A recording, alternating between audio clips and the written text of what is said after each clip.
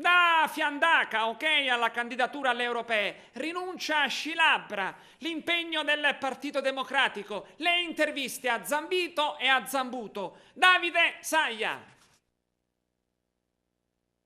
Organizzato le commissioni venerdì sul sito. Con la candidatura di Michela Stancheris, il Partito Democratico ha completato la lista in vista delle prossime elezioni europee per il collegio Sicilia e Sardegna.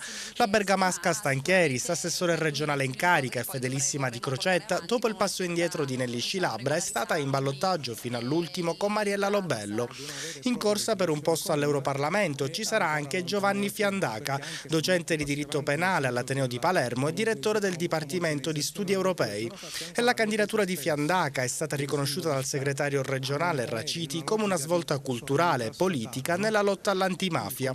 Ma in tema di candidature in vista delle europee, qualche settimana fa il segretario provinciale del Partito Democratico di Agrigento, Giuseppe Zambito, aveva manifestato il suo pensiero attraverso un comunicato in cui veniva criticata anche la scelta di alcuni assessori in disaccordo con la base.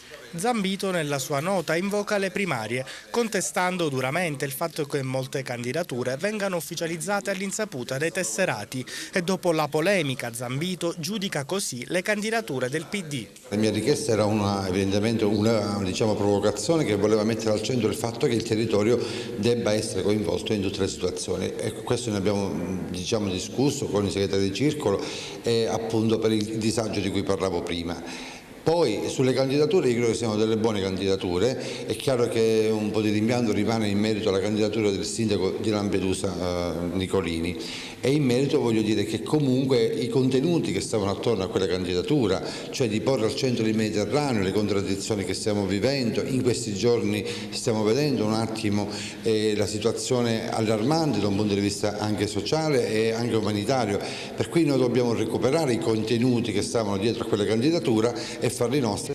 Discusso protagonista di questa campagna elettorale è Marco Zambuto. Intorno alla candidatura del primo cittadino di Agrigento sono state avanzate diverse critiche alle quali Zambuto replica così.